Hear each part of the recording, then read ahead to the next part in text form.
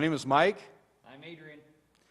and this is unscripted and unrehearsed, and no teleprompters. That's right. So, We're taking calls. 360-693-7544. Call in with anything you want to talk about, or we can talk about what we're talking about. It's been a busy week. Had an election. Halloween night. Halloween night was kind of crazy. A lot of sad news in the county. what was some of the sad news? Well, they had that shooting they had in the morning where a disgruntled neighbor shot his neighbor in their car. Shot at his neighbors in their car. Right. And a woman managed to survive. She's going to lose an eye. The man who did the shooting killed himself, and then there were quite a few trick-or-treaters, I think, in town and around the state that managed to get hit. I think it had to do with kind of a Friday night and a lot of drunk drivers on the road, that kind of thing. Right. But yeah, a lot of tragedies happened. Yeah. Yeah. And I think there's a couple tragedies in the voting. Yeah. So, some Yeah. ballots passed. There was a tragedy. Yeah, So- I was happy with some of the results. Some of the results, not so much. Yeah, I know over in Oregon, I was kind of sad to see that Monsanto's won again. Oh, You yeah, know, yeah. Man, that's, the more I see about how much money they put into the ballot and all the advertisement, it's really sad how people are, sucked into their Yeah. persuasion. Yeah, when you look at the amount of dollars that were thrown at it, and like you said, Monsanto, and then the other companies, like Bayer Pharmaceutical, Right. GlaxoSmithKline, and all paying all these millions of dollars, and it's like, what do they have to do with the food supply? So Yeah, why are they so interested in it? Yeah, It just kind of makes me scratch my head. me too. Yeah. And what do you think about that gun ballot? I wasn't happy with it. I think Yeah. people were suckered, Yep. Hopefully they'll realize it. Maybe we could get it out, but we'll see how it goes. Yeah, I'm just hoping that people will start waking up to see what the agenda is behind this and who's actually behind some of these measures. And we actually start waking up as a people and as a group, and that we actually stick up for one another. Even though we have some differences, we actually start sticking up for one another and fighting against this corporate monster that's trying to overtake our freedom. Yeah, yeah. Crony capitalism. Yeah, exactly. It's kind of funny, when you look at when Obama came into office, and he said, what was it, like it's going to be open, transparent government from here on out, and the days of crony capitalism are over. Yeah. And, who does he appoint to head the FCC? He's got the former lobbyist of Comcast. It's just kind of odd to me, Yeah. Just, Well, we're on Comcast too. yeah. But it strikes me as odd that someone who went against the crony capitalism and lobbyists ruling Washington appointed a lobbyist to head one of his bureaus. Yeah. It just strikes me as, I don't know. Well, hopefully someday the more we get this news out, and, that's a good thing about this show. We don't format it anyway. We don't rehearse this. You're getting Obviously. what you pay for, basically. Obviously. But tonight we have several guests tonight. We have Ovi Muntean, a good friend of mine, and I want to mention tonight it's Carol's birthday. Oh, Yeah, she's 26 again. So can we get Carol? And so anyway, so it's her birthday, and we just like to tell her happy birthday. Thank We you. really appreciate you and appreciate you coming out every week and participating and being available for the viewers to call in and ask questions. And yeah. Yeah. it's a From the Good beginning, pleasure. she's been here helping, Yep. giving advice. And so I'd like to say, if anybody wants to call in tonight and, interject a subject that they want to talk about, you're more than welcome. The number is 360-693-7544. And we just welcome you guys to call in anytime with any subject. And like Adrian always says, if you are a couple drinks in and we can't make out what you're saying, we call in we will hang anyways. up on you, but it's nothing personal.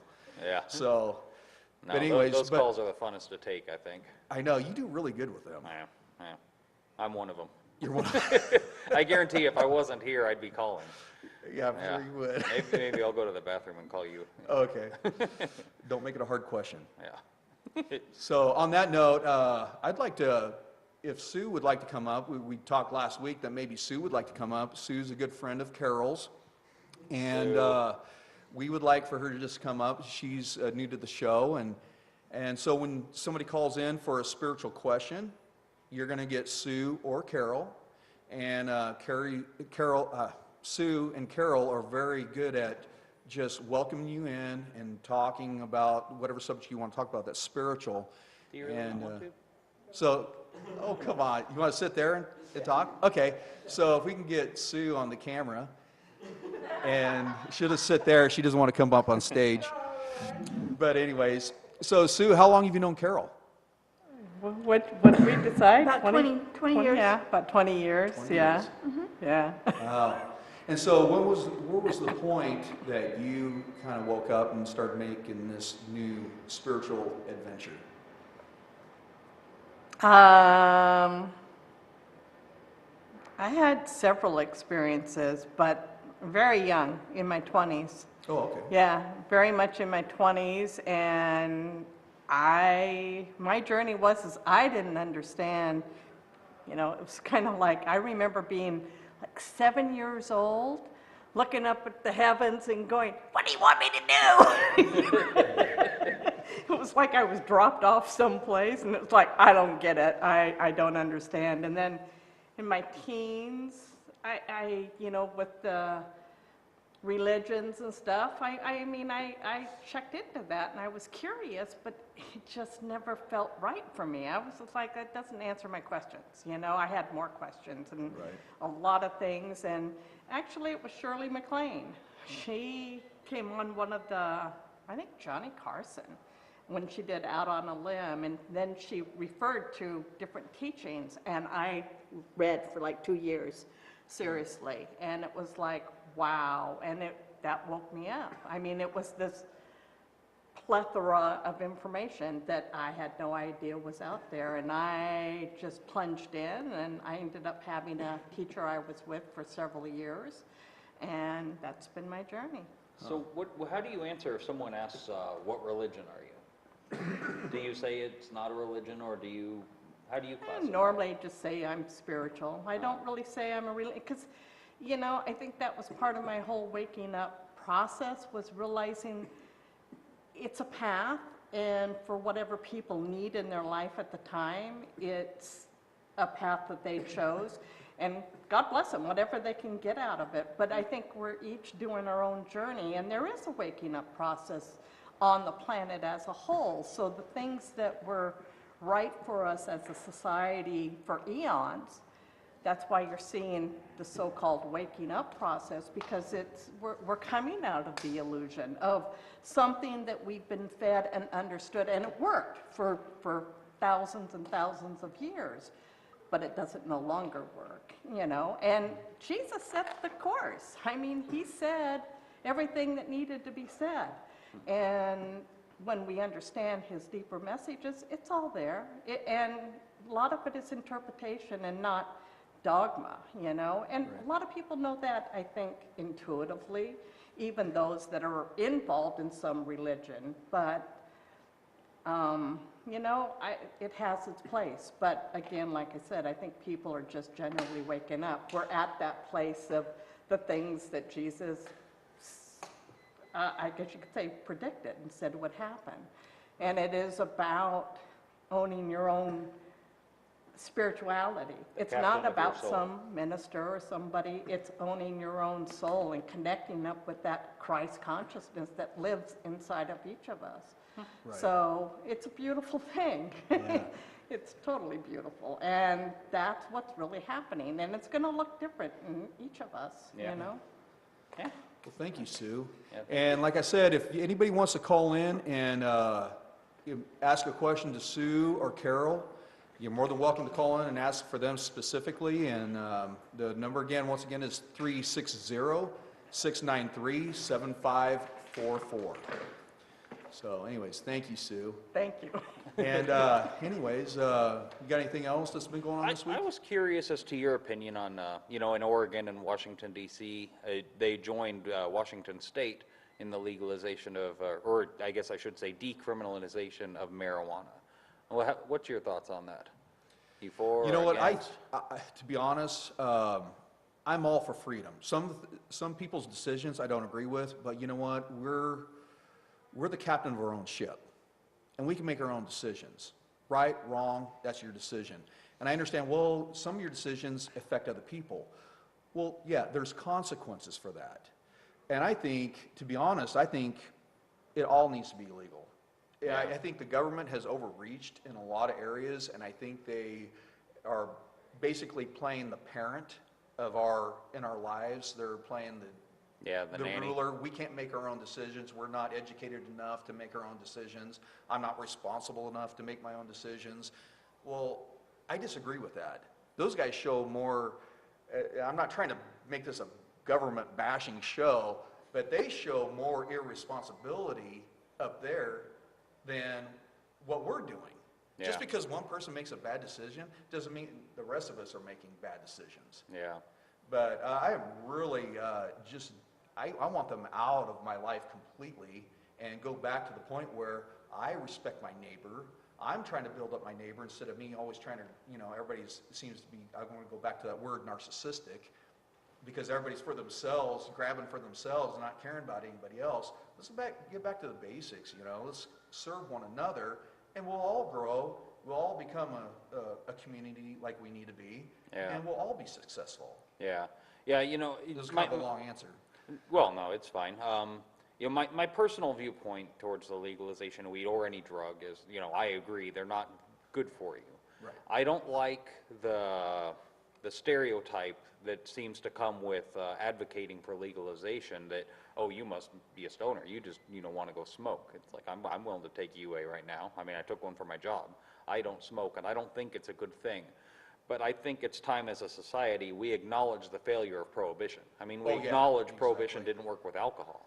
Yeah. It doesn't work with gun control, but somehow we think it's going to work towards drugs. And it's like, I could give them some credit if we had made progress. But I mean, drugs have been illegal for 40 years, well, since the 60s or whatever, since Nixon. And it's not like we're almost there, we're about to turn the corner, we just need to keep with it. It's like, no, drugs are still in our society just like they've always been.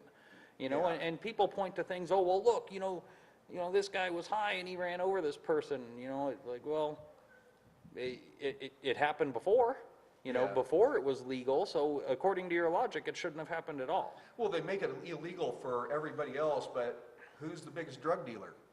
Yeah. The government.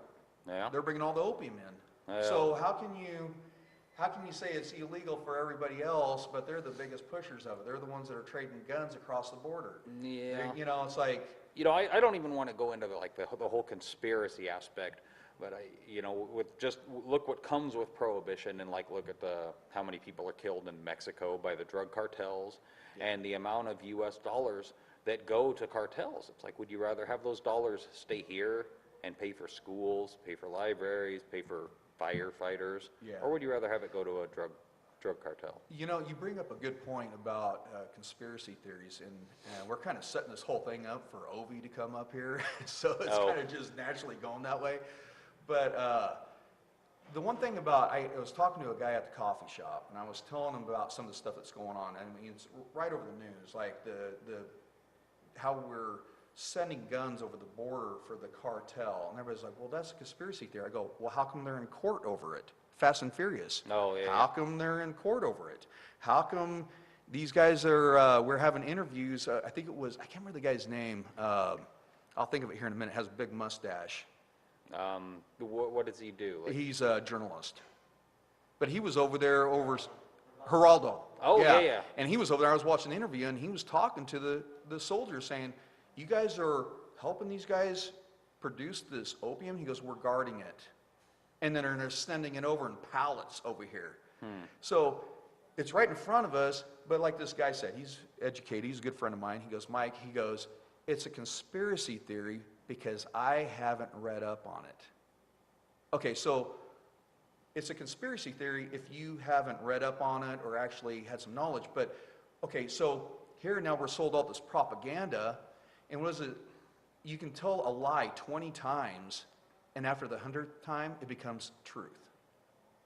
So now, to me, where's the fine line? Is it conspiracy theory, or is it a lie? I mean, where's all this stuff lying? And we've thrown this word out, conspiracy theory, so liberally. I'm not just aiming at what you're saying, but you just said a word that I've been talking about to my friends all week about conspiracy theory.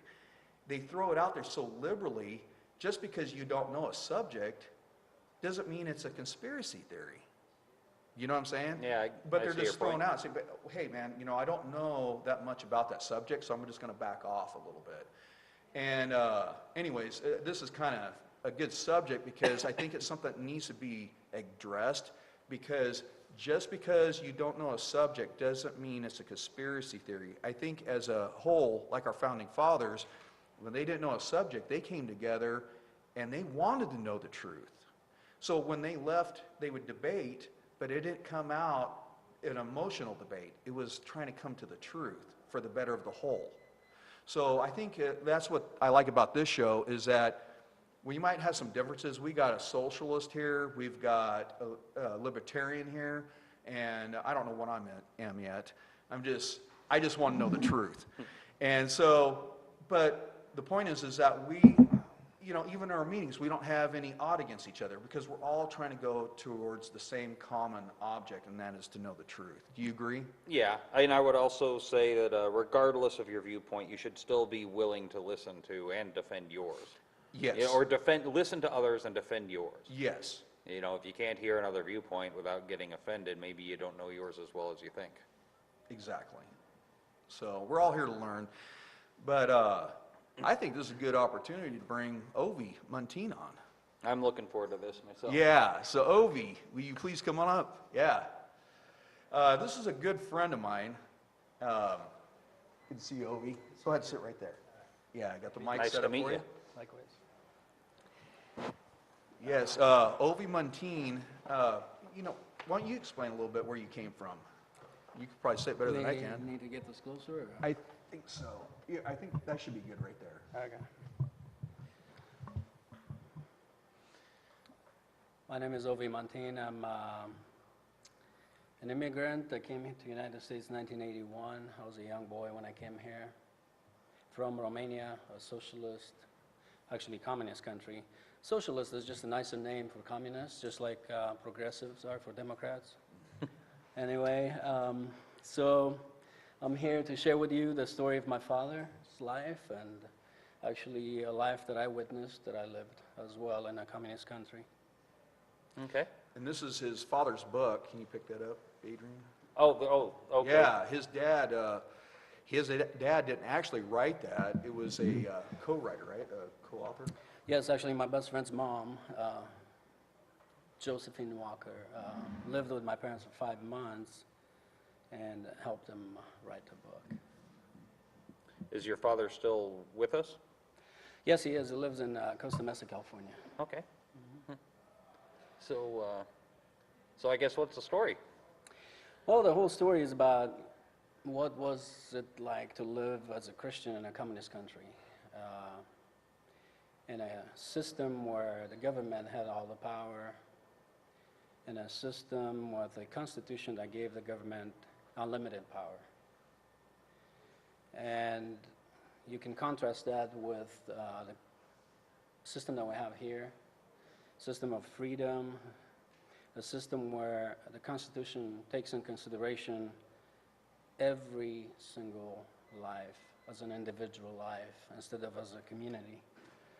So that's what the book is about, what it means to have a government that is in control of every area of your life.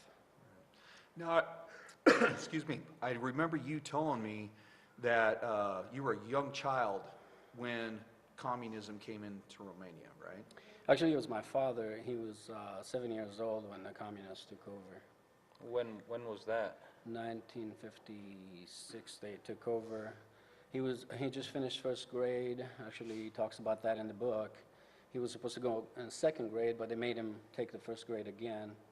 And the first thing they did, they took prayer out of school. That's the most important thing he remembers from back then. What was the consequences if you did pray? Well, it's punishable. For the children, it wasn't, the consequences were childlike consequences, but the adults were mocked in public. Officials and the Secret Service of the communist government were allowed to arrest anybody at any time for getting together to have prayer meetings or Bible studies. They gathered as many Bibles as possible and burnt them. So was this, like prayer in schools, was it illegal to have it like organized? Or, you know, because like nowadays, kids can pray in school here, but they just can't organize or compel other kids to pray. But a kid can still pray on his own if he wishes. Was a kid allowed to pray on his own, or was it no form allowed? Well, you know, when you take a young child and you mock him in front of the class, and then you tell him you have the right to pray if you want to, I don't believe they have that courage at the young age of 7, 8, 9, 10, 11, 12, 13, 14, whatever you want to. You know, even as an adult, if you put together 100 people in a room, and everybody laughs and mocks Christianity and Jesus Christ, and then you tell, we know you're a Christian, why don't you go ahead and pray if you want to? You have the right to. You know, Yeah. you understand the psychology behind it? Yes. That's what they did, yeah. So I remember talking to you, we've done quite a few interviews with Ovi over the last year, and it's been an eye-opener to what's going on now. And so Adrian's kind of in the dark on some of the things, so as we go, he's going to have some questions coming up, but I'm going to head you up with some leading questions. But anyways, I'd like to talk about the gun situation. You know, you brought up that was kind of one of the first things they went after, right? Right. At the same time they took prayer out of school, they criminalized guns, owning a gun. They gave the people 6 months to turn the guns in, or after the 6 months, if you were caught with a gun, you would be sent to prison for a 20-year mandatory sentence. Hard labor. So here you are, you have the right to have guns. Romania was a prosperous country, free enterprise, capitalist, and everybody owned guns. And 6 months after the communists took over, now if you owned a gun, you were facing 20 years hard labor prison. No, what was hard labor consisting of? On the Delta, on Danube River, they were building the Danube Dam for Hungary and Romania had a treaty to build an electric power plant. So you were in water up to your waist for 6 to 8 hours a day. Wow. Digging and working. That is hard labor. Yeah. Yeah. Yeah. Mind you, you weren't fed very well, so. With the gun control that they implemented, I guess I don't know the system that Romania had before communism. Was it like a royal family, like king and queen, or was it more of an elected parliamentary It was style? king and queen, yes. Okay.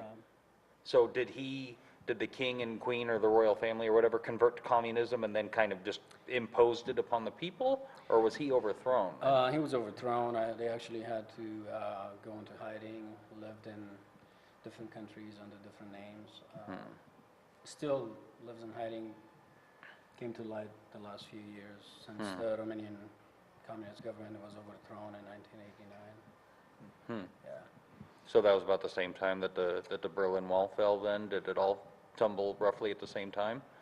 Not at the exact same time, but the Berlin Wall coming down encouraged the people to revolt against the communist government, and it happened, I believe, 7 months after the Berlin Wall came down. So what year were you born? I was born in 1965. 1965? Yes. And how much more were you, how long were you in Romania until you came out? 1981. 1981? Yeah, I lived through the periods of time in Romania where the ration came in, to where families were given a certain portion of whatever bread or oil or butter or sugar per family, depending how many members in the family. And if that wasn't bad enough, you actually had to wait in line for everything you were supposed to, or you had the right to buy. I remember waking up at 3 o'clock in the morning to make it in line at the store by 3:30, waiting until 7 o'clock in the morning just to get a loaf of bread that was as hard as this wood. Wow. Yep, and as black as this wood right here. So do that every morning for the family. I was young, I was 9 years old. I remember waiting in line, being pushed around by adults that were actually mad at the world because it just wasn't, that wasn't life there. Right. Now, I remember you telling me that most of the food that you guys actually produced went outside the country. So it actually left you guys with less food, right? That's correct, yes. The government was even, a communist government controls every Excuse me, area of let your me life. ask you, let me say this. Talk about the tomatoes, like how, that's a real good analogy, how they work things. Well, it came down to the point where the government would count the plants of potatoes or tomato plants or whatever you had in the garden.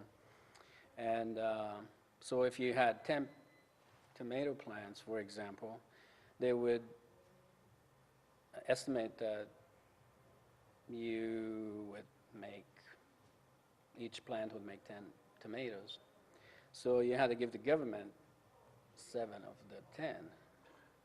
But they did not take in consideration that the birds would eat some of them, that some of them would rot or fall on the ground. And so people wouldn't even have enough to give the government what they requested as people owed to the government. So people started stealing from other people or from the government farms just to give the government back what the government demanded, mind you, to live off of. So it didn't even really matter because it all went to the government, whether it came from his farm or your farm or their farm. It just went to them. That's correct, yeah. That's kind of scary. Yeah. It's scary. And so then back to what I was asking before, so most of the food that you guys did produce, you gave the 7 tomatoes, half of that would go out to, what, support the country, support the government? Well, Selling it outside the you have to country? understand the mindset of a communist government, of a government that has a constitution that protects the leaders, not the people. See, that's the difference between the United States, the land of the free, and any other government, communist government. Their constitution protects the leaders. Our freedom demands that our leaders are accountable to the people for what they do, although these days they It's don't seem supposed to to be that way.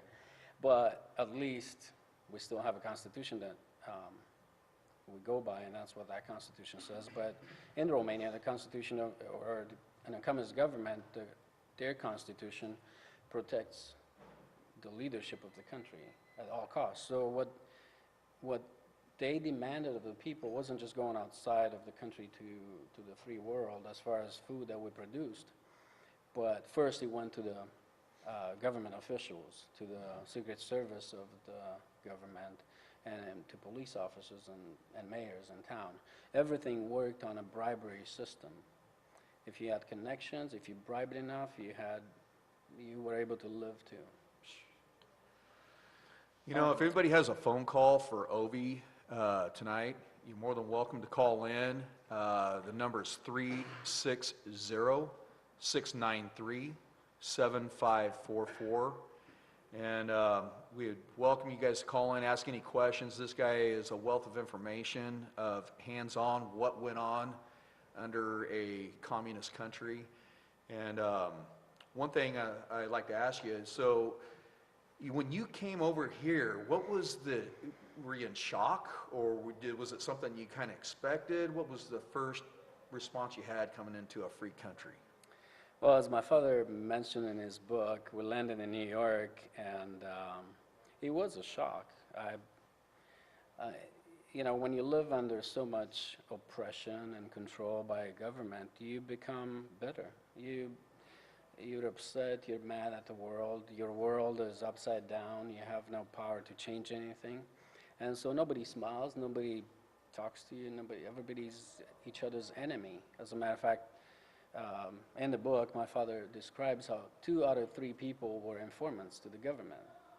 So you're afraid to talk to your own family members because you don't know if they're going to turn around the next morning and tell the government what you said that you didn't like about the government. So we landed in New York, and I saw people talking and smiling, and the air smelled fresh and smelled good. And my father, I don't remember, but my father says to me that I told him, I said, "Dad, this freedom smells like heaven." I think that's the first time I've ever heard of anyone saying New York City smelled fresh. I think this should go in the books. I've been there 3 weeks ago, and I don't remember it smelling that good as it did in 1981 when I landed in New York. So you were about 16 or 15? 15, yeah, turned Yeah. 15 here. Huh. Did you guys speak any English at all when you came over? Nope, nothing. It was against the law to learn English or speak English. if That you knew must it. be scary, just leaving home and not knowing a language and just being, okay, here we are. I mean, how do you start? I mean, do you look up like a Romanian embassy or? Oh, well, that's, if you want to know how it all started, you need to read the book. Okay. Um, Well, let's just say for time's sake, like tonight. Like, For time's sake, well, my father wanted better for his children. He wanted us to have a better life and make decisions for ourselves, like you were talking about earlier.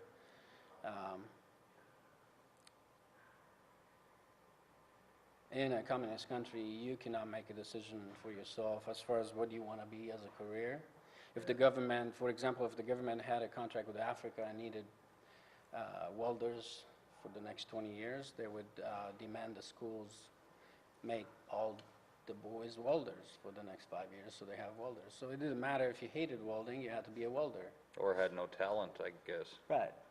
So whatever the government needed, that's what they created or demanded of the people to become. And you don't have any control on your life. You have to perform according to the expectation of a oppressive government. I remember reading stories of citizens from East Germany trying to get to West and all the things they would do to try and cross the Berlin Wall. Trying to leave Romania, how hard would the government try to keep you there? I mean, were they glad to see, okay, fine, one less mouth we have to feed, or did they really try and keep people from leaving? That's a good question. Like, how much risk did your father face trying to get you guys out of there? Well, I'll put it this way.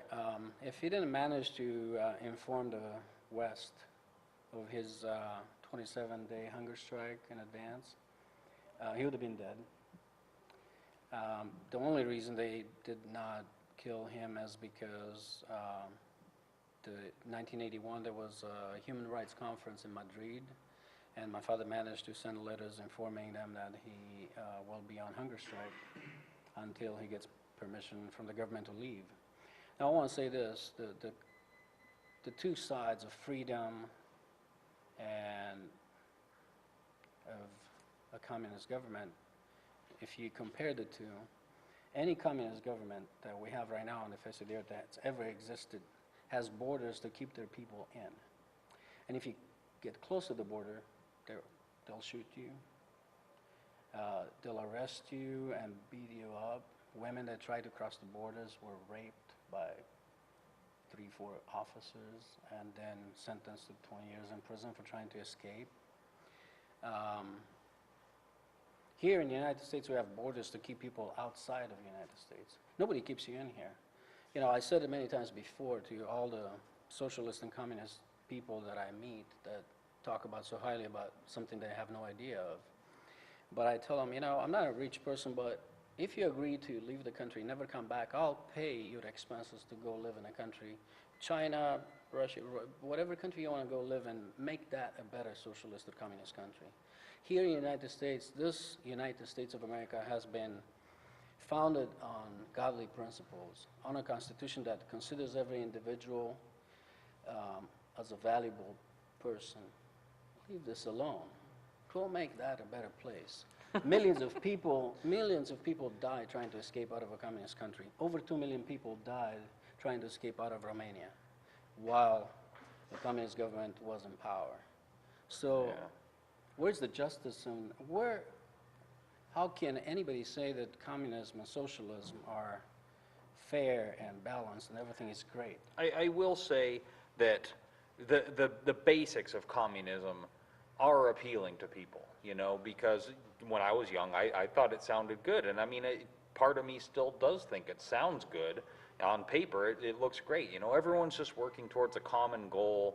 You know, everyone pitches in, everyone takes their fair share. I mean, it sounds like a good ideal. You know, I think the problem is the governments use that as, oh, we'll appeal to the people that it's going to be in their best interest. And, you know, there's the commune style of communism where everyone's just putting together towards a common goal and we all thrive. But then there's the government model of communism where everyone throws into the middle and then the government takes it all and divvies up how they see fit. You know, I can understand how people get lured into that way of thinking. I really can. You know, but it's just, like you said, it It's doesn't enticing. work. Yeah. Very much, and young people believe that. See, in Romania, my father describes in his book that the old people did not believe the communists when they came into power, when they were trying to be elected to take control of Romania. But my grandfather used to say that communism is only good in two places: in heaven, where there is no need of it, and in hell, where it already exists. So, you know, anybody that wants to debate that needs to call my grandfather. But anyway. Yeah. Well, you know, once again, we're going to go to our cover page here, the Underground, and if anybody has any questions for Ovi, please call in at 360-693-7544. We're going to kind of change here for a quick second, and we're going to bring Ovi back on here in a minute, but we want to, when Carol gets available, we want to recognize her birthday, and then we're going to come back to Ovi. So anyways, here's Carol, and we got you something for your birthday, and so if Ginger would bring it out and get the cameras on Carol. Yeah, maybe we should sing happy birthday. Yeah, let's do it. Which version?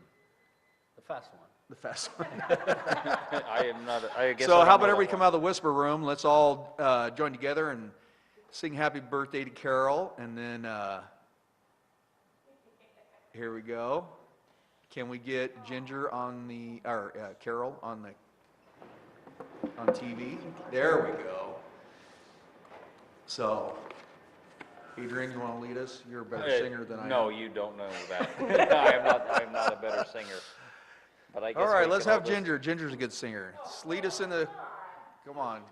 Happy birthday to you.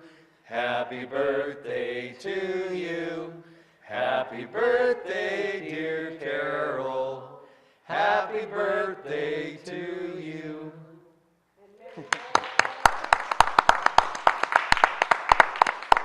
Yeah, we love Carol. So, Carol, do you have anything to say?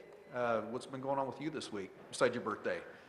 I always have something to say. This is the opportunity. Got the mic on you already. First, I would like to add to the drug discussion.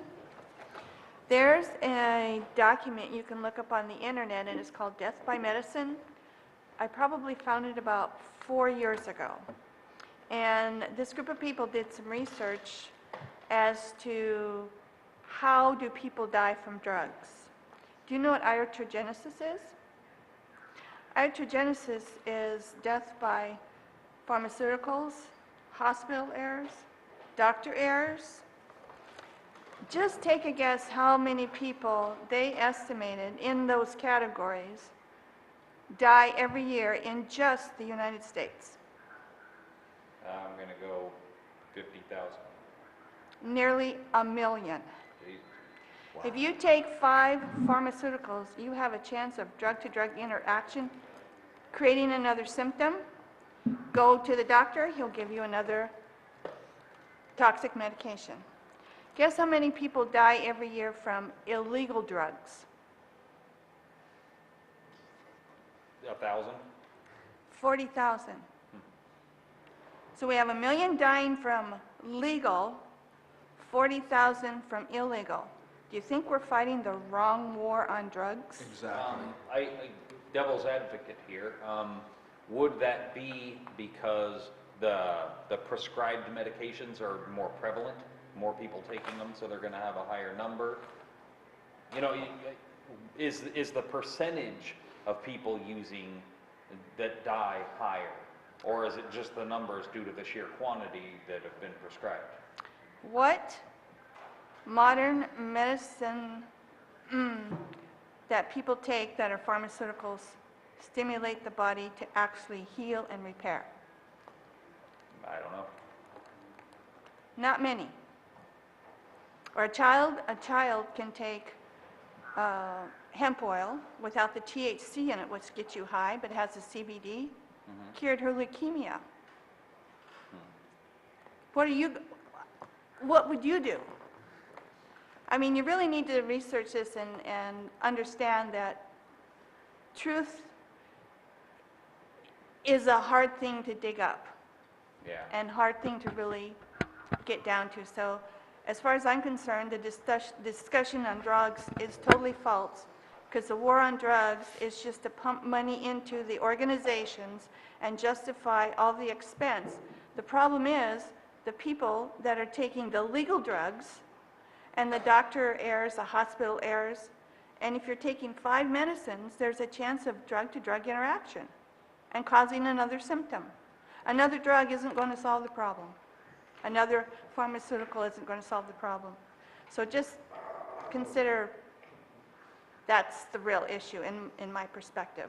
The other thing I've been thinking about this week, and it really fits in, I didn't realize it was going to fit into his expose on the communism. I've been thinking about psychopaths. I got to thinking more about the movie Dark City. And there's these dark guys in the dark city that are trying to find a solution. But what they do is they set up scenarios every day when the people shift into a different scenario. And they have one scenario where they try to convince this person that woke up that he killed someone that he really cared about. So they were creating harmful situations, and they were manipulating this doctor to create these harmful situations for these people. And these dark guys are invisible. These people that they're manipulating, they can't see them. So then I got to thinking about all our hero movies, hero and villain movies. Like The all villains superheroes. are always a psychopath. Yeah. The heroes are a metaphor for us waking up the hero in us. And once you recognize where a psychopath is, and in governmental systems that cause harm, how can that not be psychopathic?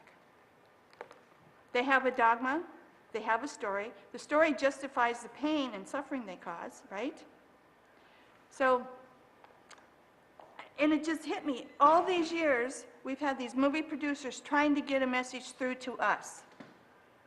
We are the hero. All you have to do is wake up and recognize where the psychopath is. His situation is different because the government came in and took over and blindsided these people. They weren't prepared for what happened. But that's a psychopathic mentality to cause harm, to manipulate, to not give people their freedom. And that gentleman that Richard Brand interviewed determined that 1 person in 100 is a psychopath. That's far too many. So you're going to encounter a psychopath sometime in your life. And if you start to recognize where these psychopaths are, they take in the governments. Our government is filled with them. Look at all the lies, look at all the harm, look at all the untruth. The psychopaths can't tell the truth. Now, do you suppose that's because these people are drawn to, you know, public service just for the power gain? You know, that I don't really know, but one thing I can tell you, I heard someone speaking the other day, and I can't remember the source, about the Illuminati. A lot of people know what the Illuminati, there's supposedly these societies that set up organizations to manipulate the people, and they're trying to take this country into this one world government, one world rule kind of thing, and dominate. And the reason those organizations can keep going is because they're psychopathic, and they look for other psychopaths to keep it going. Yeah, exactly. So if you can start to recognize where the psychopaths are, all you have to do is cross the street. You don't have to participate, you don't have to support them. I'm talking about this country. I'm not talking about a situation like his in Romania. That's entirely different, because that's a severe aberration of how treating people so cruelly and so, without compassion. Yeah. And so I got to thinking about history, and this is going to offend some people. And in the movies, they present this villain as having minions to carry out their nefarious plans to cause harm to other people. Isn't that what Jehovah did in the Old Testament?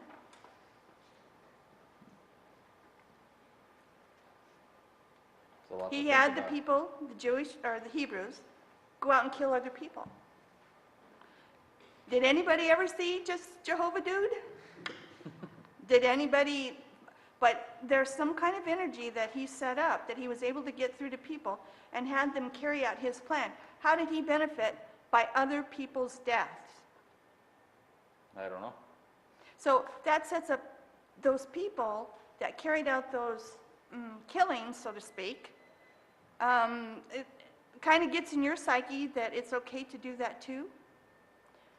I'm going to really take a leap here, and people are going to go, too bad. But it makes no sense to have 1 in 100 people on this planet a psychopath. I think that Jehovah genetically manipulated the humans at that time and helped them to proliferate and birth people that had that genetic code.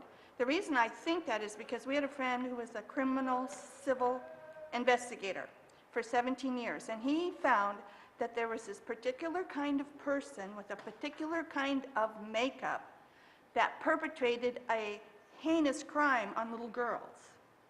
It was heinous. But it was a pattern of these particular men that would do that. And they had a specific genetic look, a specific genetic makeup, and they went after specific little girls that had specific looks. They had a specific hair, eye color, that sort of thing. So I think that this psychopath Jehovah got his seed into our human population here, and that has carried on for all of these years. We have to wake up to this and stop it. We have to wake up and change it. We can choose to do that. And again, I'm talking about this country. This country is different. We have availability of so much information here that if you just dig in and start studying, you can figure these things out. So how would you suggest we stop all these psychopaths? You can't do anything about it because they have to come to the realization. They have to choose to want to change. But wouldn't that be impossible if they are by definition a psychopath, for them to choose that? I would agree with you, but I'm not the divine source. I don't know. I think the divine source is larger than the criminal activity that perhaps Jehovah perpetrated on this world. And I think the divine source can get through to anything, but I don't know about that question. The only thing that we can do is be responsible to recognize it. We really have to do nothing. That's the beauty. You don't have to rail against it. You don't have to fight against it. You just don't participate in it and walk away. You don't have to support that kind of behavior. That's what I came to the realization when I was in that church. That guy was a psychopath. You don't be carrying on pain and doing this nefarious stuff behind the scenes and acting, like a deviant because you're a good person. They're causing harm to other people. I laughed. I had that choice. I could leave. But when it comes to a situation like he was in Romania, I have no answers for that. And you know what? I'd like to bring that, what you're just saying just now, because I think, Ovi, because none of us have ever been in that situation. Right. But you guys probably saw it firsthand. You probably didn't realize they were they psychopaths? What was going on? What was the distinction between the people and the government that was ruling over you? Was it similar to what she was saying?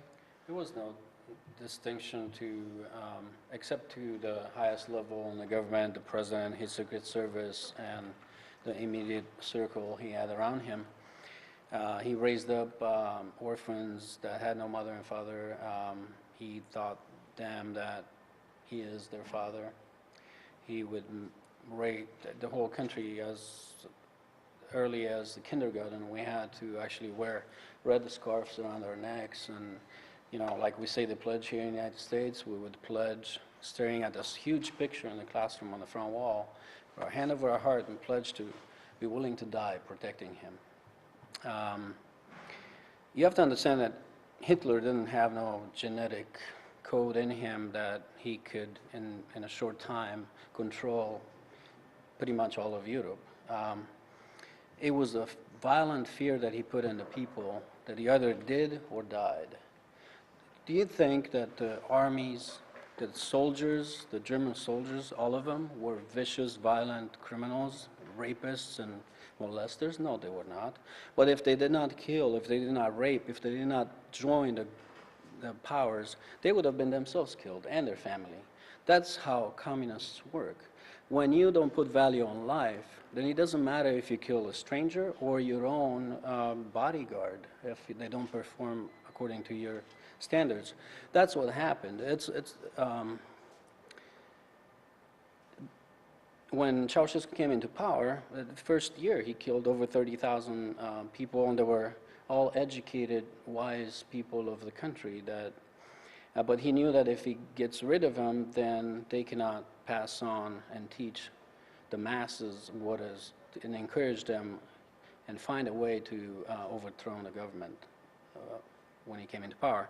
That's how he got away with it. Well, so did Hitler. He did the same thing. If we look at Saddam Hussein, same thing. He came into power first, not even a year, less than a year. He killed 35,000 people, and this is in the history of recorded history when he came into power. Anybody that disagreed with him or was known to disagree with him, he would grind them in huge human grinding machines.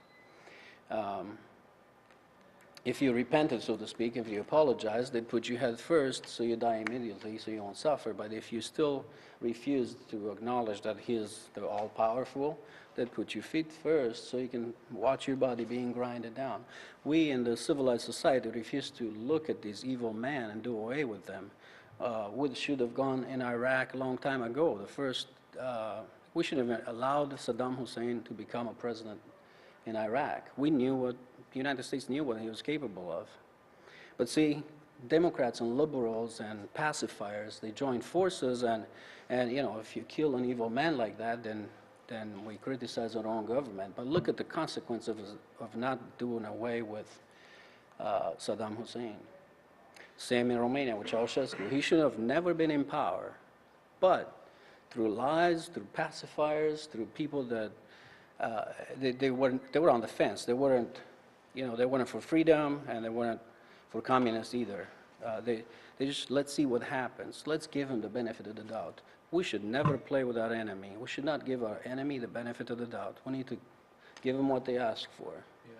Yeah. One thing I notice with what Carol's saying and what you're saying, they always put people up there as role models, certain role models.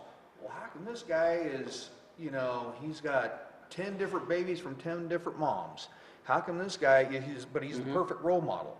How come, and I'm not judging him, I'm just saying, I think we have the wrong role models up there. Yeah. So also we have these psychopaths, narcissists up there, but they're the perfect role model. So now all of our teenagers are trying to imitate them, and they're all a bunch of narcissists because they're imitating them. And I think with our society, I think we got it backwards, but I think also, like what you're saying with Saddam Hussein and all these other puppets, if you look at not one single man, if you see one single man being propped up, he's got some backing for a reason, because he's pulling some strings, he's writing bills out where people are exempt from having to go to prison or paying taxes. There's a reason why this guy's being propped up. It's not because he's some great person, it's because he's pulling certain strings to be propped up in that position. So I would like to look at it, who's putting that person in that position? And why are they dictating which way he goes? Like Joe Rogan, listen to an interview with him, and they're bashing Obama, and he goes, listen, he goes, this system, that what they have put in order is so big, you really think he can has control over the system? It's so big, not one person can get in that driver's seat. It takes probably about 20 drivers to run this system because it's so big. So why don't we look at who's putting him there, who's controlling him in his little arena, but the system's so big because it's the bigger powers that have created this system. We need to look at that instead of just the individuals. They want us to look at Obama, Bush, all these individuals, but there's something bigger that's going on that's controlling all of that, and what's their agenda? And to me, it's about control. It's about them being above and us below. Matter of fact, they look at us as animals. They don't look at us as humans or have rights. They actually look at us as animals, lower than animals. So they want to strip all of our rights away where we have no choices, but a dog has more choices than we do. A cat has more choices than we do, has more rights. And so, and back to the psychopaths and so forth, I think they're just creating these psychopaths after their own image. They're just the TV shows from everything. I'm not trying to tell you what to do, just abandon the whole system. We live in a world, but we need to recognize for what it's worth. What is it creating? I've had to try to step out of it, and it's been really hard. I've been deceived by a lot of different things, and I was very liberal until I kind of woke up to some things, and I went to, the opposite, and I went way to the other side of the pendulum, and then I realized, hey, those guys are just as deceiving as these guys, and I'm finally getting balanced out, and I'm starting to see, hey, I have my own choice. I'm neither Republican, Democrat. I don't want to be put into a category of what my party is. I want to be a free man. I'm a natural man. I have my own decision. If I see a godly man that's wanting to go for my freedom that's a Democrat, I'm going to go vote for him. If he's a Republican, I'll vote for him. If he's a libertarian, I'll vote for him. I want somebody that's going to stand up for what I believe in, not just the best of the two devils. You know what I'm saying? So anyways, back to what you were saying. Well, I wanted to make a point. See, the problem that has been created is a going away and astray from the principles that our founding fathers have put together to live by. And it's interesting that the communists in 1957, they put down 45 goals that they had for the United States of America.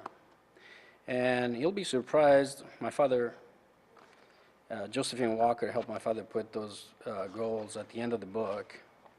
And almost half of them have been implemented here in the United States. See, the demoralization of our youth in the United States is not something done by our own government. It's something that the communists have been planning for 50-some years. And now we have youth, girls that have babies, 4, 5, 6 babies with different fathers out of wedlock. They raise children that have no authority in their life, no role model. Teenagers, they become teenagers that they disrespect the law, they disrespect the judges, the courts, and end up in prison. The prisons are full with them. And they are mad at the world, and therefore, the Muslims are doing a very good job at converting them and turning them against our own country. I don't know if you read, but the prisons are the #1 place where Americans are being converted into Islam. Now, we're not going to discuss that tonight. That's a different subject. We'll talk about that another time. But I wanted to say that the communists' goals have been implemented here in the United States of America. If you look how disrespectful our young people talk about the Constitution and about the country that gives them the freedom that nowhere else in the world they have, and how they they do not take in consideration, the schools have done away, they're not teaching the Constitution of the United States anymore. They're not teaching the godly principles that our founding fathers have written in the Constitution and the Bill of Rights. And so we need to go back to the basics. The basics have made this country the greatest country in the world. I'm an immigrant. I came here in 1981, and I consider myself an adopted son in this land of the free, and the home of the brave, and I love this country. I want to say thank you, and I'm sorry for what you went through also. Thank you. You're welcome. You know, if anybody has any questions, thank you, Obi. Please call in to 360-693-7544. We're just going to take just a little break for a second, and while we have the Underground on. And I'd just like to mention, you have a guest here also, right? Yes, I do. I have my best friend Shannon Walker sitting and ready to come on, talking Yeah. about veterans and how much she loves the United States of America. Yeah, you know what, before she comes up here, I want you to tell one story to make this kind of, I know it's kind of deep what we're talking about, but we kind of want to make it just kind of lighthearted also. But you remember that time when you were getting a massage by a blind woman? Do you remember that? Yes, This sounds good already. Oh my gosh, yeah. you can have me say this story live on TV. Yeah, that's Thanks. good. Well, immigrants, come to the United States of America. Earlier you asked me how did I learn the language. Came here in May 22nd, 1981, and come September, started high school, went to high school, didn't speak any English. And I wasn't used to anybody laughing around me or behind me, so every time somebody laughed behind me, I turned around, and if it was a guy, I'd smack him, push him around. Ended up in the principal's office quite a lot. Anyway, at night, we'd go to English as a second language from 6 to 9:30 at night, and we did that for about a year and a half. Anyways, back to the story.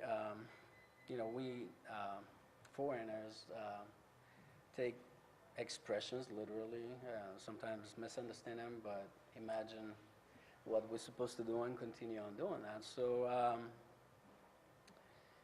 a good friend of my family referred a blind lady for a massage. So my wife thought that was a good idea, that I get a massage at 4 o'clock, 4 to 5. She'd come home at 5, and she'd get a massage from 5 to 6.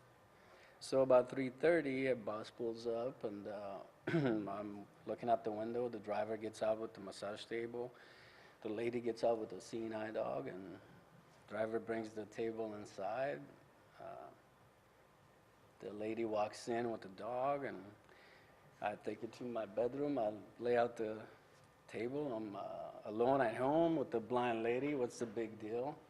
I ask her, what should I do? She says, well, take your clothes off and lay on the table. So I'm thinking, this couldn't be that bad. I mean, this is a blind lady. I'm in my house. So I take off all my clothes and walk to the table. And as soon as I get close to her, she covers her eyes, says, oh.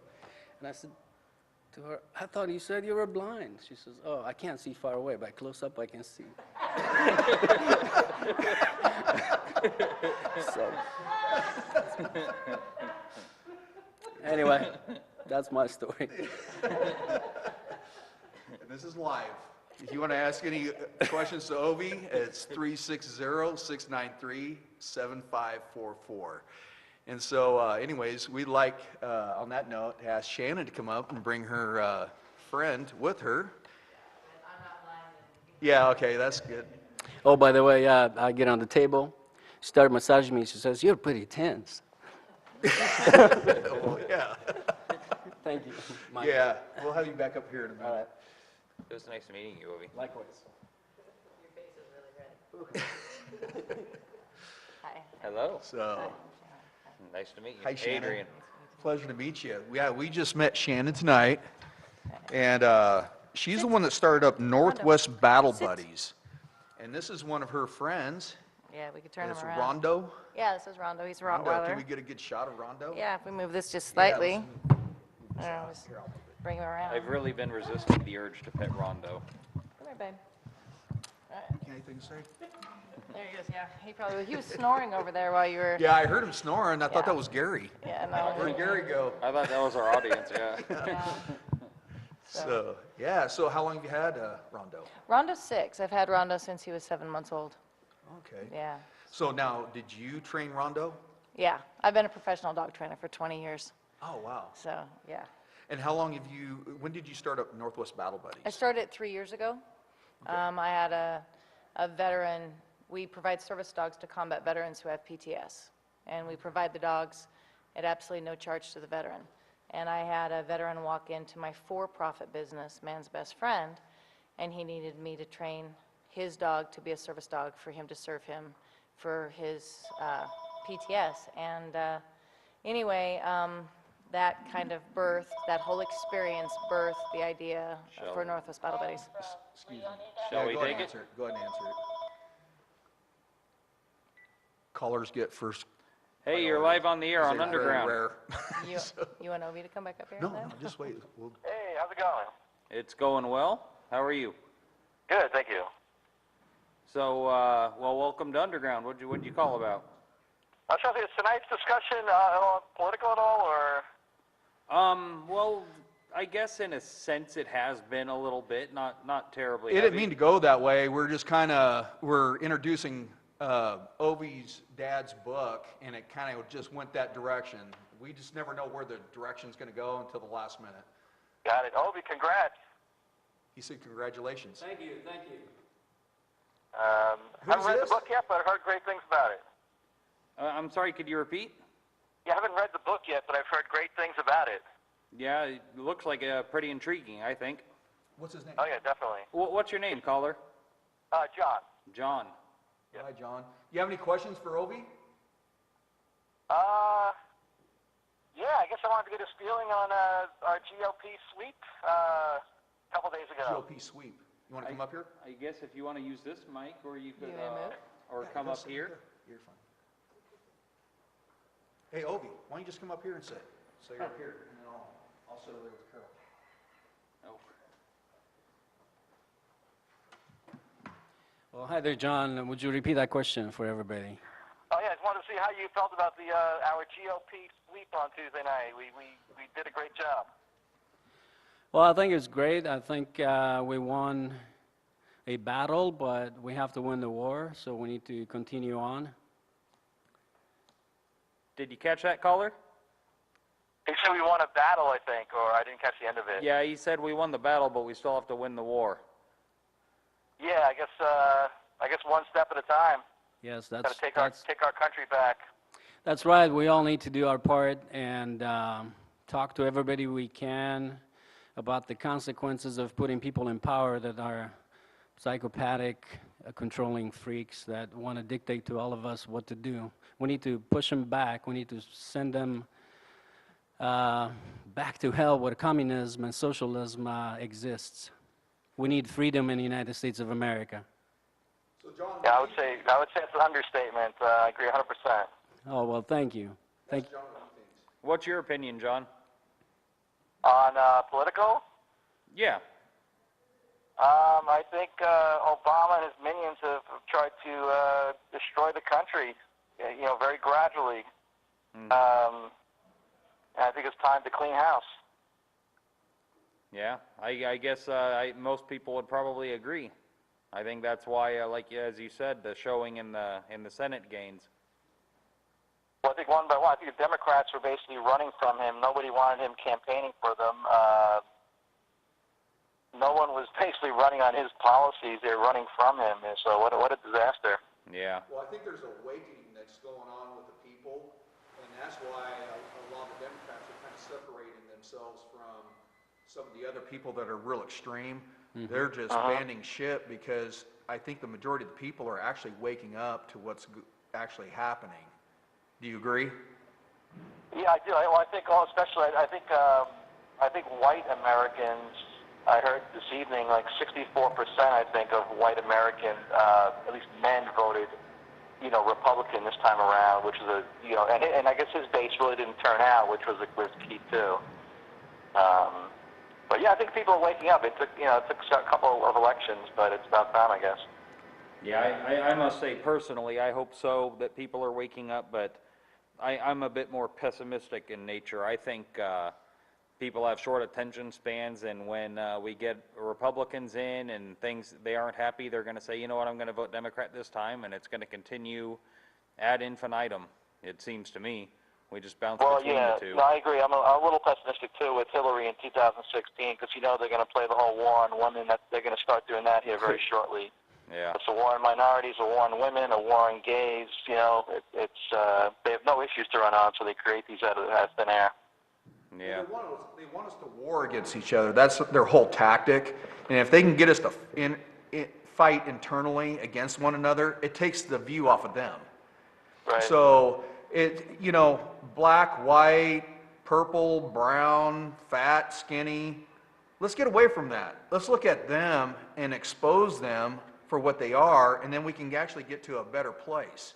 Because we really, as a people, need to stick up for one another. I know a lot of my black friends, they're waking up too, and they felt like they were deceived. So it's just, I know the numbers are kind of rapidly growing amongst the white, but it's also amongst the black also. Oh yeah, we got guys like Herman Cain and Benjamin Carson, guys like that are kind of putting a good face on the Republican Party, showing that it's not a racist party. It's totally created. Yeah. Yeah. Well, do you have any other questions for Ovi? No,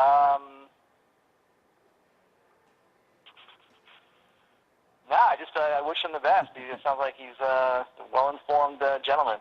Yeah, and we're lucky to have him as a guest. And you as Are a you guys caller, on John. TV at all in Portland or just in Vancouver? I'm sorry, could you repeat that question? Oh, are you on any TV channel in Portland or just in Vancouver? Just Vancouver or Clark County, actually. Okay, yeah, I'm in Portland, so I was hoping it was going to be on the air, but... Yeah. Well, I'm sure you'll be able to probably find it on YouTube in a bit. FVTV11.org, they can pick up all the... Yeah, he said FVTV11.org is where it'll be. Okay, awesome. Well, thanks for the time tonight, guys. All right, Thank you, Thank John. you for calling. Thanks a lot, Ovi. Bye. All right. Sorry for the interruption. Oh, it's all good. That's good. So anyway, Northwest Battle Buddies, you started it 3 years ago. 3 years ago? Yeah. And what's the response been?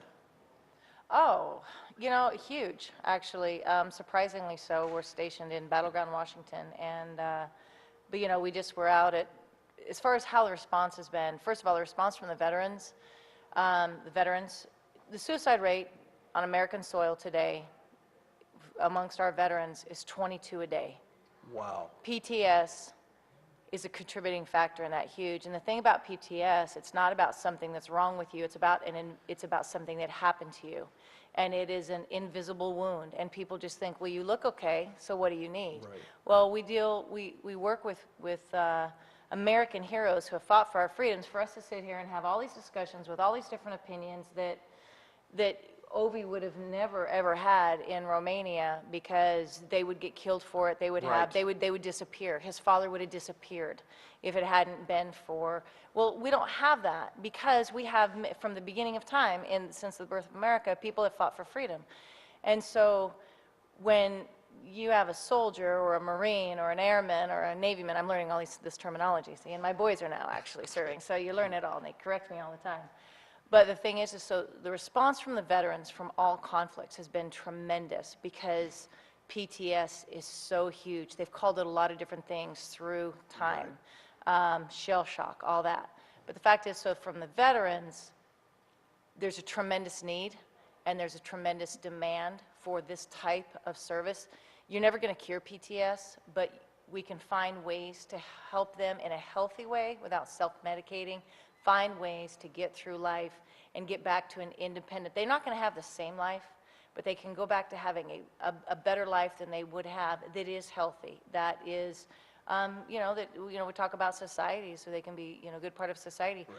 But as far as on a corporate level, or as far as businesses and people and other Americans responding, that's been huge. I'm really surprised at how the ripple effect of other people that have wanted to come and say, I love my freedom, I want to say thank you, and this is a gift and talent that I can bring to your organization to help bring awareness.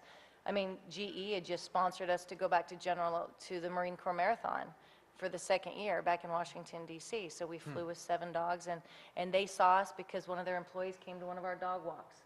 And then somebody saw a newspaper article, and so we were in family circle. Wow. You know, I mean, just stuff like that. So the response in 3 years has been tremendous. Wow. So where do you get your dogs from?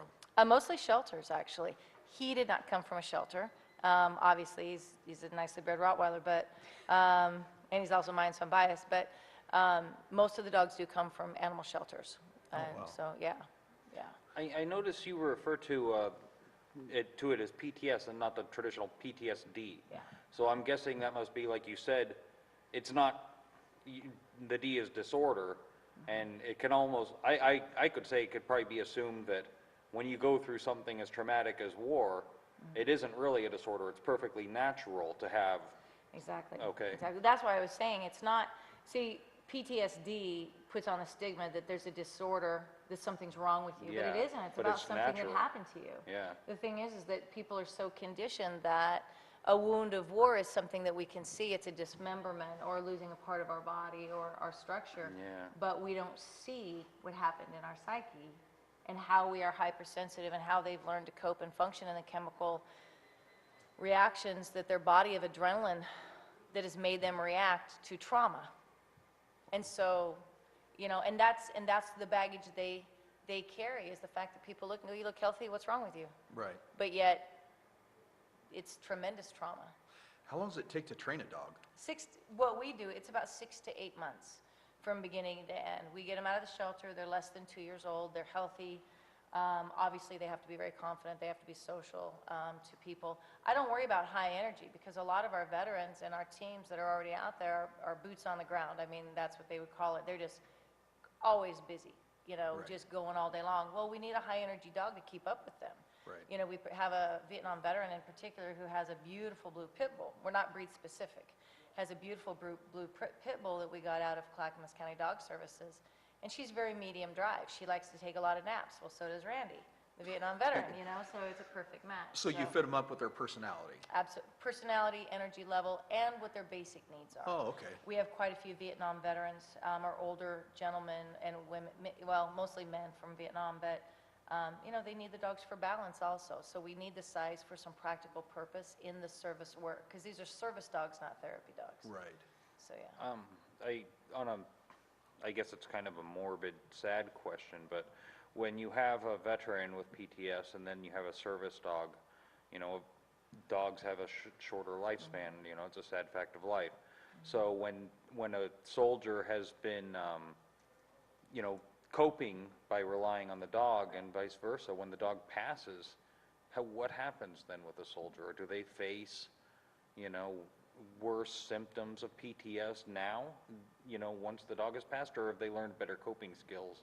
Well, You know, I think anybody that has a service dog that functions on a daily basis, that dog is a lifeline to them. And so if you were to say, how is it going to be for you if you lose the dog, it would be unbelievably devastating. yeah, But what we would do personally as an organization is, first of all, we get dogs that are less than 2 years, so hopefully they have a good 8, 9, 10 years of Yeah. service. But the first thing that we would do is they would go at the top of the list and we would immediately fill that need. We actually have a veteran who is getting a dog. She was an Army veteran and served 20-some years and was in a tremendous accident. She has a service dog that she's had for 10 years, a golden retriever, and he is just now getting to where he doesn't, he can't serve her anymore. Well, now she's actually starting training next week with one of our dogs. So that transition was just perfect, you know what I mean? Yeah. Because she met us, and so she's never, even though her new golden retriever, Timber, will take over where Ranger was, it's still going to be hard for her, but it'll make it less hard, and it's life, you know, we all go through stuff. But, Yeah. so as an organization, we're going to do everything we can to just make sure that we'll be there and serve them with another dog immediately. So how does, I'm sorry, go ahead. No, I was Finish just your going to thought. say, I think you're doing the Lord's work, you know. My stepfather served in Vietnam, and, you know, I think back then, you know, there really wasn't the awareness of PTS that there is now. And I can remember being a kid, and 4th of July would come around, man, I love fireworks. You know, I was a boy, you know, and my stepfather hated him, and I feel so ashamed for being so selfish to him that, you know, I didn't care. I'd want my fireworks, and, you know, that he would suffer through it for me. You know, I really love the guy, and I'm just really ashamed, and I wish I had recognized what I do now. Yeah. And I just want to say thank you. You're doing the Lord's work. Well, thank you, I appreciate that. You know, my father served in the Air Force, and I have twin boys. I'm a single mom, and I have twins, and one, I just got to attend my son's Army graduation, and my other son is in Marine boot camp right now, and he graduates in December. And, you know, my father always raised me that freedom wasn't free. And he always raised me that when you're in the presence of a veteran, you're in the presence of a hero, even though he never considered himself one. And so when Kevin walked into my business, it was very natural for me to immediately give him my attention and to want to serve him and do something for him and help him in a significant way. And when I learned about PTS and I learned about the suicide rate and I saw the change that happened and the magic that happened with him getting his service dog, and it was his own personal pet, but it became his service dog through the training, and then he had to train with me to learn how to handle her. And I saw the difference that made in his life, and since then, the difference it's made in all the, you know, the other veterans' lives that we've had the privilege of working with. And, you know, people say freedom isn't free, but do we really stop and think about what it takes when we say freedom isn't free? We say it, and we say thank you for your service. And all my life I've said that, and I meant it. But it never meant more now than, number one, as a mom, my boys are gone serving the country because they are patriots at heart and they want to serve and be a part of something great. But also, this allows people who are part of Northwest Battle Buddies or people who want to help Northwest Battle Buddies or volunteer or help in that kind of way, it's a way for them to say thank you for your service. This is something, you know, because the dogs are free to the veterans. Right. And they'll say, but no, I want to pay, or, you know, I have this one guy, I'm a Marine, I always pay my way. Right. I'm like, you earned it. This is free to you because this is our way of saying in a significant way, thank you. Right. And it's not just lip service, it's actual, you know, tangible, life-changing thing. You know, that's what makes me kind of on the bandwagon of freedom. It irritates me when people try to take a little bit of the freedom away. You realize what you're taking away when you tap in just a little bit? Absolutely. The sacrifices that people made to allow us to have freedom to experience more freedom. So when you start tapping into that, you're basically, it's dishonoring to the people that actually laid down their lives. That's exactly right. And it irritates me. And I'll say that on TV, it irritates me. And I will stand up for people's freedom, even though I don't agree with them sometimes, I will still stand up for their freedom because of what those guys, those individuals lay down their lives. That's exactly right. And you know, and with these dogs, how many do you have that are ready to go? How does a veteran get involved? How do they, if they need a dog, how do you determine if they need a dog? Yeah, What's well, the criteria? Well, the criteria for Northwest Battle Buddies is, number one, if they wanted to find out about the organization, they can go to northwestbattlebuddies.org. That's our website. And the veterans go through an application process with us. And if they make it through the application process, which is none of it's financial, but it's, you know, stable housing, stable income, clean and sober, honorable discharge, combat veteran, letters of referral, things like that. Because, you know, these animals, you know, God created an amazing creature when he created the dog. Oh, yeah. And they love you unconditionally. And so they, you know, and they're awesome when they've been given the right amount of structure and discipline and training and everything to serve man. But the fact is but they still take responsibility. So when we place a dog, we want to make sure that dog is safe. Right. And so the veterans go through an application process with us. And then once I train the dog and the people who help me train, then the veterans actually go through 2 months of training with us, and they actually certify their own dogs to make sure that they have they're not robots. They will only be as good as their handler. So Right. so we teach the veterans, and they have to be accountable to us for about over 2 months. And, you know, we've had, you know, just last Christmas, we had a veteran, they're wherever we ask them to be, they do whatever we ask them to do, and they show up just at the opportunity to handle this dog, to have that as the end result. And we had a veteran last year, I'd been with him for maybe 45 minutes in the mall at Christmas time of all places. And they don't whine, they don't say, well, I can't do this or I can't do that. And some of these guys, we have one guy right now that hasn't been outside for almost a year. All of his clothes come to his house and through the mail, and his food, But yet he drives from Salem, shows up at my place every week for 2 days and trains with this dog, stays in a hotel, has been in the mall, and does all that just for the opportunity, because they'll do for the dog what they won't do for themselves. Right. So we had this veteran last year in the mall. After about 45 minutes, he had left 3 times to go to the restroom, and I said, like, are you okay? Well, he was throwing up. What he didn't tell me is he had not been in a mall in 14 years.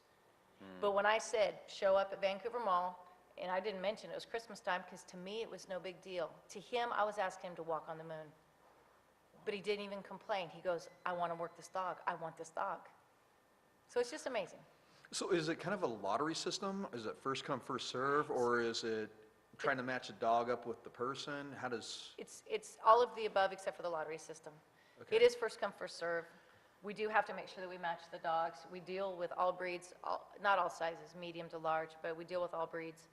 And so we want to make sure that pairing the dog to the right person is imperative for the success of that team. Right. And so as a general rule, I try to make it first come, first serve, but sometimes it's not. Sometimes it happens to be this dog is absolutely perfect for this person, and that's Okay. what we do. cool. Is- So, Oh, I Can was I- gonna ask. can we do the number real quick while Oh, we got yeah, the yeah, chance? So yeah. if anybody has any questions for her, I don't mean to interrupt you. No, that's fine. If anybody has any questions for Shannon or Rondo, it's 360-693-7544. It's on your screen. And please call in if you guys have any questions, any veterans have questions, how to get involved. Shannon will give the information one more time. But please ask her any questions, call up, and Ovi's still here, and we got the other guests here, got the crew here, so if you guys have any questions for the camera guy or whatever, you guys are more than welcome to call in. So anyways, how do the people get a hold of you again? NorthwestBattleBuddies.org is our website, Okay. so, yeah. Yeah, Go ahead and finish your all I thought. was gonna ask was, and it's kind of redundant, you touched on it, but, is there like a triage system where if two, veterans, both hit you up at the same time that both want a dog and they're both an ideal fit for a dog, how do you figure out who, needs it more? Like, let's say, one guy is paralyzed from the waist down, the other guy's, missing a limb or something. We have more than one dog, Okay, so yeah. Well, good. So, yeah, we usually deal with teams. We do groups at a time, so about 5 or 6. We have dogs that are groups in training. We're preparing them, and then we're working with teams at the same time. So I try to go out, because we are a nonprofit, and over 96% of all the money that comes in goes to the dogs. We only have a secretary, and then somebody that works on the website a little bit. Everything else is volunteer. And so, anyway, it makes it very doable for us to put out the numbers with what we're doing right now. Actually, I have to say this, Orchards Vet Clinic in Orchards, Washington, does all of our free vet care for these dogs, which saves us so much money. And then Man's Best Friend in Battleground, that's where all those dogs are boarded and fed and taken care of with professional staff. And so otherwise, it would be impossible for us to do what we're doing at the level we're doing it. But because of those two organizations, it really, that's a huge, huge financial burden that is taken off of Northwest Battle Buddies, yeah. So can people just get involved by helping out or volunteering, or is it mostly financial that you need help with? You know what, honestly, it is mostly financial that we need. We do have people, you can go online and you can sign up to be a volunteer, and there's a questions and answers, and then you get plugged in. So at our different events, our different appearances, the different things that we have going on, people can come and be involved in. But like anything that you want to run with excellence, and our goal is 60 dogs a year, which is 5 dogs a month. And the fact is that doesn't matter how many dogs we put out, never will we meet the need of our veterans out there that need what these dogs can give them. And so that is our goal. We're 3 years old. We're working on finishing up our 22nd team, which may not seem like much, but when you look at service dog organizations, especially ones that are young, we're really working at a fast pace, but at the same time, I want it to be with excellence. Right now, the waiting list is over a year. If a veteran comes with us, it's over a year wait. Wow. The teams, the 7 guys and women and men and women that we're working with right now have been all waiting over a year. And when a guy, or a gal actually has the courage to come in and ask for help, think about it. You have a combat veteran who served. They have confidence, their pride. They've already seen things they don't want to talk about, and they actually have the courage to come find us and ask for help. And then they sit there and they have hope. And they sit there and they're crying because they just cry. And then you say, but now you just have to wait. I hate that. Yeah. So I That's want to gotta be have, hard. it's extremely hard, but at the same time, but you know what? The people that just came and met their dogs this week, who have been waiting over a year, and they're just, the wives are crying because they want for their husbands so much, and they're so grateful that their husbands are getting help, and these big gruff guys have this tear, and this dog is licking their face, and they just, I'm telling you, it's that magical moment. Yeah. That's where the change starts. It's just amazing. So no chihuahuas or stuff like that? You know what, the dogs have, you asked me a question, I started to answer it, then I go off, but we don't use chihuahuas unless it was a seizure, a detection dog or something like that, and the reason is because these dogs, they are not therapy dogs, they're service dogs, so they have to do a practical purpose that the human cannot do for themselves. So a chihuahua doesn't really fit that. Okay, so they have to have the guidelines of the ADA. So everything we do falls within the guidelines of the ADA. So. Cool. So do you have any closing comments? No, the one thing I would say is thank you to our men and women who have served and who are serving, because truly without them and without the sacrifice of them and their families and the support of that, then we wouldn't have the safety to sit here and discuss what we're discussing today. And, this book that John Munteen's story in this book, Willing to Die, is unbelievable. And the fact is that America is so close to losing our freedom. Yeah. And, if we don't get educated about what the truth really is and why America is so great, we are going to lose it. And the one thing I would say is I just want to thank so much our men and women who have paid a price that we didn't pay.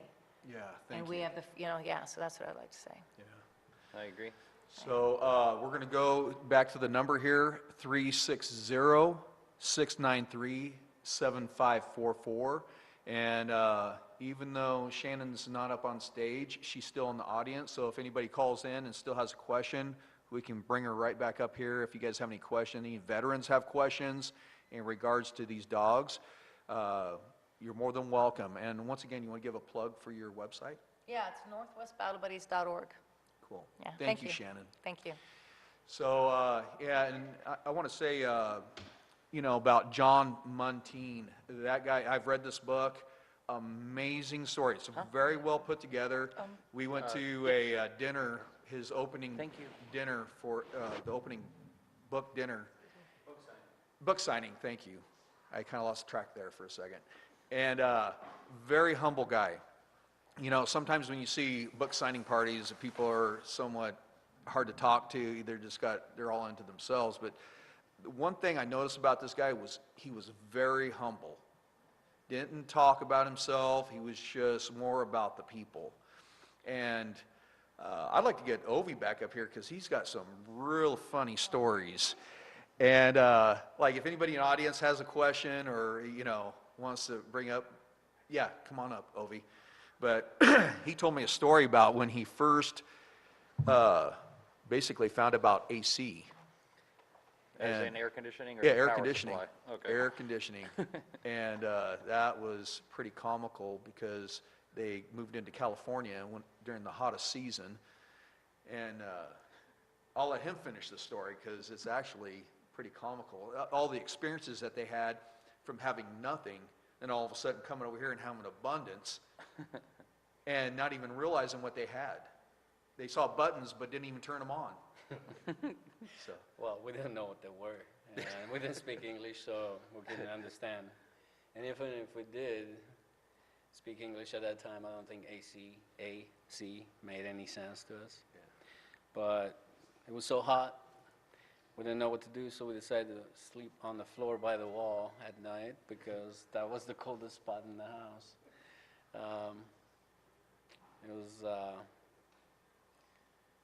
we couldn't figure out, wow, how do these people live in these apartments and it's so hot and they comfortably sleep. But anyway, a few months later, my uncle came by and it was so hot in the house, he started sweating. He said, why don't you turn on the AC? And we're like, what is that? So then he showed us, turned it on, and wow, it was unbelievable. Also, we used to go to the store, Alpha Beta, I think it was called, Lucky. It was like a grocery store, just like right now, Albertsons and Safeway in California. And we used to go just to look at everything. I mean, it was unbelievable to, you know, I was used to waiting in line for 3-4 hours, being thrown whatever I went to buy for. And then here in the United States, you go to the store and buy something, and the cashier smiles at you and says, thank you, would you like anything else? It just didn't make sense, because if somebody worked at a grocery store in Romania, they were higher class than the people that went there to buy stuff. Really? If you worked in a store, you didn't have to wait in line. You just went and got what you wanted. So anyway, it was like a trip to Disneyland when we went to Safeway or Albertsons. Yeah. You know, you brought up one point in this book about when you guys came over here and you got involved with the Romanian church, the same stuff that was going over in Romania was still in the church in the United States. You still had the communist secret service, I don't know what you called it, but the pastor was sending information back to Romania, what the church people were doing, right? That's correct. Unbelievable. And my father actually did a very good job at gathering documents showing that the pastor of the church that we went to for 2.5 years after we came to the United States was actually an informant for the communist government. And before we left Romania, one of the government officials told my father to watch out. Their hand is long enough to reach out in the United States. My father thought that was just a threat, but then when he found out the truth, he realized that the communists did have a hand in the United States. Not just anybody, but a pastor whom you're supposed to trust with everything and confess to. See, that's what the communist government did. They forced the pastors to cooperate with them. So if you went to confess about something that you did because you felt guilty and you needed forgiveness, then the next morning you'd be arrested, because the pastor, after you left, the pastor would call and inform the government of what you confessed about. So next morning you'd be arrested and charged and sentenced all in one. See, that's another thing. We have such a great system here in the United States, justice system. That's why it says with liberty and justice for all. For all meaning every individual. Whatever you're charged with, that police officer cannot judge you, find you guilty, and sentence you. But in a communist government, a police officer and a judge and a district attorney, they're all together, they drink together. If you get arrested at night, 11, 12 o'clock at night, they'd all be drunk. They'd take you in, they'd write up a confession, and if you refuse to sign it, they'd beat you up, and they would sign it for you and sentence you that night to whatever, 5 years, 10 years, whatever you did. There was no system of justice like we have here. See, when a government has all power, they can do whatever they want. Right. There's no way for you to fight, no way to overturn such a conviction. Yeah. Now, when Romania actually turned back around, did you see a big change, or was the communist tentacles still within the confines of, you know, like, once you get the tentacles in, it's really hard to pull them out. It's just like a mold. You know, they say, I can't remember what mold it is, it's a mold spore. Once that spore gets in there, you can put bleach on it and kill it and wipe it off, but as soon as more water comes back to it, it will seed itself and grow back again. So basically you have to take all the sheetrock out, the wood out, and basically destroy the whole building to get rid of that mold. Do you see the social communism basically the same way? They get their tentacles in, and then it's really hard to get them out? Even though you allow freedom to come back in, it's still hard to get those tentacles out? Well, what happened is, Nicolae Ceausescu, the president of Romania, a communist, he was not that powerful to be able to control every area of Romania, every person in Romania. He had to have help. He had to have his secret service. He had to have his bodyguards that he would change 2-3 times a day. He lived a life that we only can imagine, dream about, make up, fiction, stuff like that, because you hear that the Prince of Arabia has a castle with golden toilets, gold-plated toilets and stuff like that. Ceausescu, his palace, the toilets were solid gold. The chandeliers were solid gold with real diamonds, not crystals. Wow. Now, this is where 90% of the population in his country were starving to death. They'd have to wait 3-4 hours to get a loaf of bread in line. So, when the government was overthrown, and of course, you know the story, 1989, they found him guilty and shot him and his wife. But all the Secret Service and all the police officers and all the government officials that were in charge of all the different branches of the government, nothing happened to them. And I don't know how true it is, but some of those officials had their basement filled with cash, and not just Romanian money, because they didn't have value, but dollars. Some of the Secret Service guys that escaped from Romania when that happened, even now they're in hiding. We're talking about moving money with forklifts on pallets, dollars. Yeah. That's how rich they were. And so what happens when the government was overthrown, they knew what was happening, so they had two or three different identities, and they changed their identity, their names and everything, and they started buying all the buildings, all the large buildings, all the hotels, all the factories, anything of value. And so now you have freedom, but as an example, how can you enjoy the freedom that you have when you make $90 to $300 a month as a salary, but everything is more expensive than here by 2 or 3 times? It doesn't matter how much freedom you have. If you can't afford to... You're still in slavery because you're enslaved to the poverty. Exactly.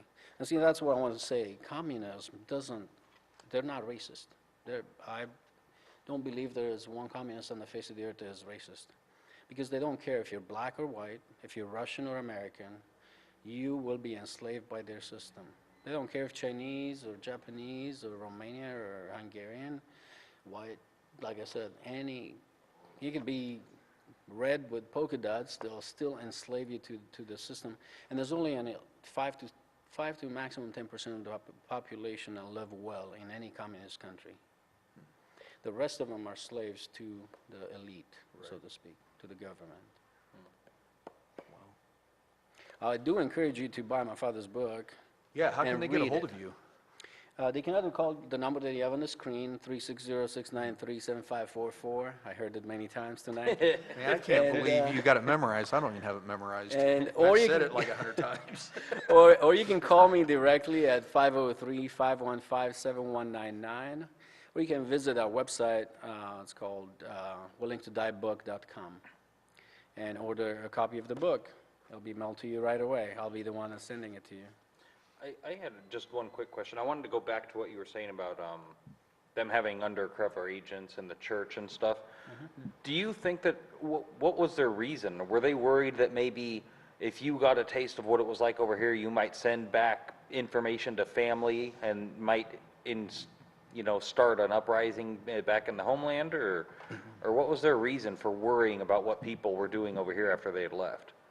Well, that was part of it. They didn't want anybody in the United States, in Romania, to know how well you live in the United States. That was a fear that, and that's the same in China right now. They don't want, that's why they have all the control they have and censoring everything, even the internet. They don't want their people to know how well freedom works. They censor everything, the TV shows, everything. They're bashing on the West, on the freedom that we have here. They're talking about all the violence, they're talking about shootings, they're talking about drugs, and they're making the United States look bad. to the people of Romania. You know, I noticed that, like on YouTube channels, they're just bashing all the school shootings. Well, what about the 4 million people that came up missing when all of a sudden they banned all the guns? Yeah. Explain, Right. right? 4 million people, was it? That came up missing. They don't even know, yeah. loved ones, they don't even know where they went. A little over 2 million, but 2 million. the okay. other 2 million were put in prison, and yeah, they banned guns, and the people, it was too late once they gave up their right to own guns. See, that's what they're trying to do here, and we discussed this last time we did show how important it is for the people to hold on to guns. You can put a gun on the table and leave it there 100 years. That gun will not shoot anybody. The problem is that if the government tells us enough that guns kill people, at some point we're all going to believe that and give up our guns. Well, not all of us, because I'm not going to believe that, and I know my best friend Shannon won't believe that, and you don't believe that, and so there's people that are going to fight against that. Right. But we should never give up our guns, never ever. Well, it's like they say, Ovi, you say a lie 20 times, 30 times, but you say it 100 times, it becomes truth. So all of a sudden everybody, yeah, a gun's going to kill me. Even though it's sitting there, it's going to kill me. So, but Carol's got a question. Go ahead, Carol. Yes, I wanted to know, how was it or why was it that Romania was chosen to be taken over? Do you have any clues as to why that was? That's a good question. Occurred? I do not have an answer to that question. I wish I did. Actually, it's a very good question that I'd like to ask my father, because he didn't address that in his book. What I do know is that Romania was a free capitalist country and was doing very, very well. And most of the countries around Romania were buying and trading with Romania. And so I could only guess, and this is probably going to answer a question that I had for a long time that I couldn't understand. I cannot understand how come communists come here and want to change the United States into a communist country. But they come from a communist country. They didn't like it there. So I believe that Romania was doing so well that communists decided to destroy it. That's why communists come to the United States of America. They can go to China, they can go to Russia, they can go to other communist countries, but they don't care over there. They don't like it over there. There's nothing for them over there to do, to destroy. That's what they do. Everywhere they went. If you look at the history of the world and look at every country that accepted and chose for themselves as a communist system, within 3 generations they were destroyed. And millions of people died because they rebelled and wanted to overthrow the government. I believe that that's why they're coming to the United States of America and are here, are represented right now in Congress. They have their own party represented. Just 30 years ago, it was a crime to be a communist in the United States, correct? Now we have them in the White House. Yeah. And nobody there would say No, they're anything. not called communists, No. but they're called Progressives. progressives. They're called under different titles, which kind of makes me mad. They've hijacked some good parties, you know, but they titled themselves under a different name. Mm-hmm. But like Carol and Sue always bring up, they want to keep you, it's basically a dogma. They want to kind of, if you're in this dogma, if you're in this box, then that's your world. So they don't want you to see anything outside that. Because once you experience the outside, it's unlimited. That's why freedom is so important. Freedom, the Constitution allows us to have freedom to experience more freedom. Not just the freedom that the Constitution gives us, but the freedom that's on top of that. What can we experience? It's unlimited. Mm-hmm. And so anyways, Carol always brings that up about the dogma, and I really can relate to it because I actually, as time goes on, I see more and more of it come into place into my own life that I need to break out of. I need to experience more of this freedom, but man, they are really squishing us down, mm-hmm. trying to keep us from experiencing that. It's almost illegal to experience freedom. Anyways. I would say there's a good lesson in what you've told us today, you know, that, you know, and in a lot of countries, you know, you have people dying to get out, and we're one of the few where people are dying to get in. You know, I think that really shows something. However, I will say that, you know, I don't know if you were insinuating that it should be illegal to be communist, because I don't think that. I think if you say, well, a certain point of view is no longer going to be allowed here, I think that's when we cease to be the land of the free. Well, you know, I'm going to say something. I agree with you, because that's where you're starting to violate freedom. Hey, you're free to be a socialist. You're free to be a communist. You're free to do that, but don't push it on everybody else. Yeah. You know, yeah, you're free to express your opinions, but allow the people to make their own decision. Why should you be passing laws to fit your emotional decision? You know, but I will definitely agree with you. If you want to see how it works, look at where it's been tried. You know, that's the best way to, you know, that's the best example. Just look at where it's been tried. How did it work? Yeah. That's correct. Well, you know, for too long, the God-loving people, the people that love this country, have been quiet. They allowed the communists and the socialists and the liberals and everybody else that wants to bash on the United States to go ahead and speak loud. And we backed off and allowed them, hoping that they'll stop, hoping that they change, hoping that they will see the truth and convince themselves that it's better to have freedom than not. But it's time for America, the people that love America, the people that love the freedom that we have here, to start talking everywhere. Yeah. Whether you're in church, there's a lot of communists in church. There's a lot of socialists in church. Something happened. The promise of having something for nothing have bought the hearts and the souls of especially the young people in the United States of America. There's no such thing, getting anything for free. Right. You go work and earn. You know, we came to the United States, we only desire one thing, to have the freedom and an opportunity to work hard. I will say, you know, like I was saying earlier, the ideals of communism are very appealing. And I think one could make the case that Jesus was a communist, you know, with sharing, you know, feeding the hungry and feeding the masses. I know that's very controversial what I'm saying. I'm trying to say that someone could argue that he was. Well, yes, he did that on one side, but Jesus said a lot of things, and Jesus talks a lot about how we should work for anything you do it as unto the Lord, right? So, you know, when you have a 6'5" man that speaks English with no problem, he's healthy, he's strong, and he says there's no job that he can find, something's wrong, because I have a 76-year-old father that works 12, 13 hours a day. Yeah. Right. And he could work more if he had the strength there. So, you know, here in the United States, there are jobs if you want to work.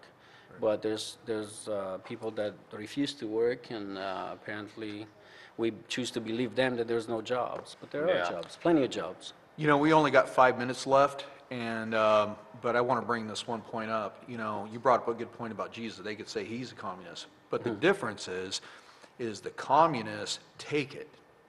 Jesus gave out of his abundance or lack. That's the difference.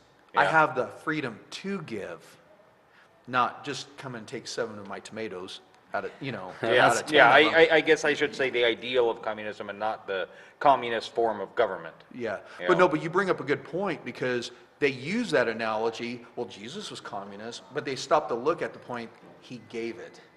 It was out of freedom that he gave it. Yeah. And so, anyways, And he never took by force, he said. Yeah. He never forced anybody to do anything. He said, follow me. yeah. Choose. I lay before you life and death, but choose life.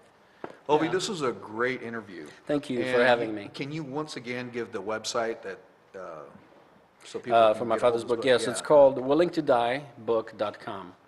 And the phone number is 503-515-7199. Thank you for having me on the show, Yeah. Mike. And Thank you, Obi. Adrian.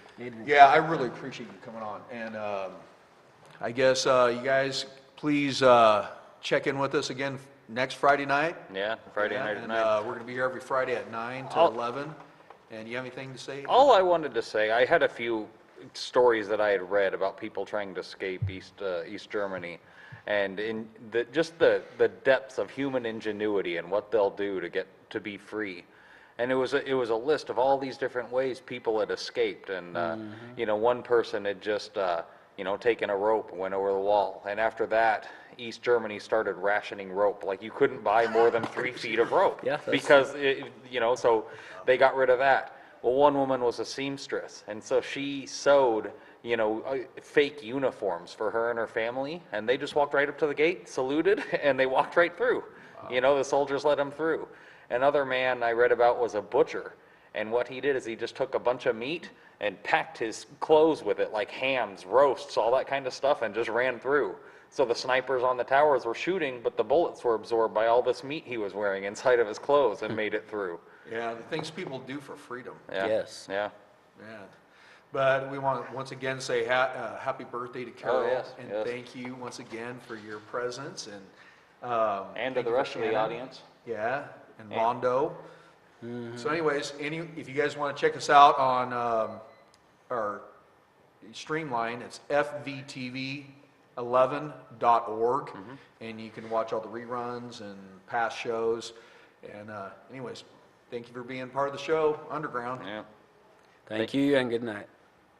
And thank you to our loyal viewer. Yeah, well, I think we still got a few minutes till Chris switches us over. Oh. We're still live. Thank you to our thank you to our viewer. Yeah, I do want to say that I believe so much in our country, in the United States of America. I have 3 children, 2 of them are in service. I have a son that's in the Marines and a daughter who left for the Air Force on October 14. Shannon has 2 sons, twins, but me and you look more alike. But I knew her for 6 years before I actually found out that those are twins.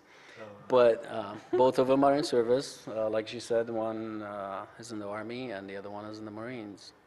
Cool. So All right. if you believe in this country and you have children, you better encourage them to go fight for the freedom that we have here. Yeah. Thank you, veterans. Thank you. Oh yeah, Veterans Day coming up too. Yeah. So we're just waiting for Chris to get us off air. I guess we're still live until he. Chris. He's not paying attention to me. Maybe I should call the studio. Hey, Ginger, can you tell him to switch it over? Well, forget this. I'm standing hey, up can, anyways. Can you tap dance for us? No, I'm going to stand up though. Or hula hoop? Is that real there?